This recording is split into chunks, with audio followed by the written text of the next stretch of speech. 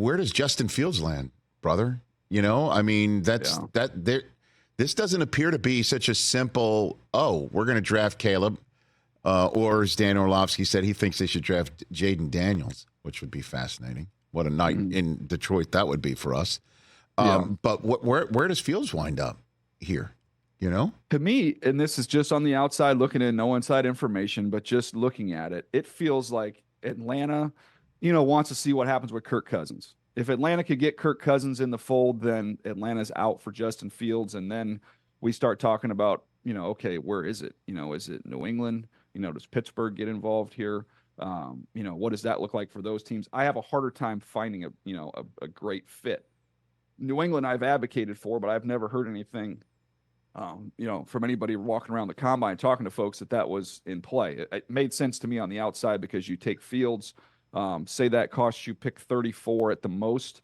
Now you could auction off that third pick and really build around Justin Fields. But Atlanta's the one. I think if Atlanta doesn't get Kirk Cousins, I think that would be a natural fit for them to get in the Justin Fields business. But if they do get Kirk Cousins, I'll tell you one place the Bears wouldn't want to send Justin Fields. You can go to Minnesota. That's what I'm saying is in division, right? And then the Raiders might need him, but Luke Getsy's the offensive coordinator there, and we just had him. He that's the guy who made him play like a robot, according to him, until things got a little bit more fluid towards the end. That's why I'm sitting here saying, where does he go? You know? I think he is. Wow. If you're Justin Fields, you are rooting for Kirk Cousins to post something on Instagram doing the skull clap. I mean, that's what you are. That's what you are rooting for every day. Wow. Okay. So who else? Who's the defensive player that's most likely to crack the top 10? Do you think? Well, I mean, Dallas Turner, running in the 4.4s, which I was told, by the way, that it was, that the Cardinals are trying to tell me that Monty Ossenfort was reacting to something else that had been said within the suite. I'm not buying it, Rich. I'm not buying No, that we cut to him after Dallas Turner ran, and he kind of, I don't know, unless somebody was telling him like a scary story in the combine while one of the best defenders was running, Okay. Great. All right. That was fantastic. But that's the one. That's I love Quinyon Mitchell put on a show, the corner from Toledo. He's got a chance if you need a corner. I mean, I think him and Terrion Arnold, I found out after the fact, had a hamstring, coming into the workout. So he'll run at his pro day. He's going to run faster than the 4.5 flat that he ran. He had a phenomenal field workout. But I think both those corners are top 15 picks.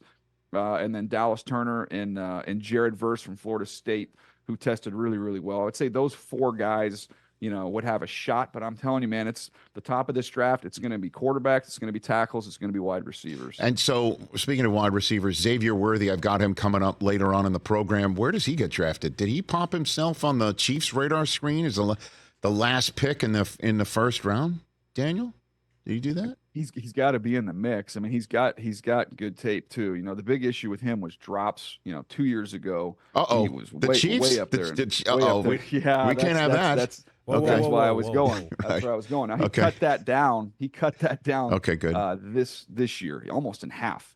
So did a better job of catching the ball. But the speed is big time, and everything he does, he makes look real easy in terms of the movement. Selfishly, I wanted to see him get out there and catch the ball a little bit.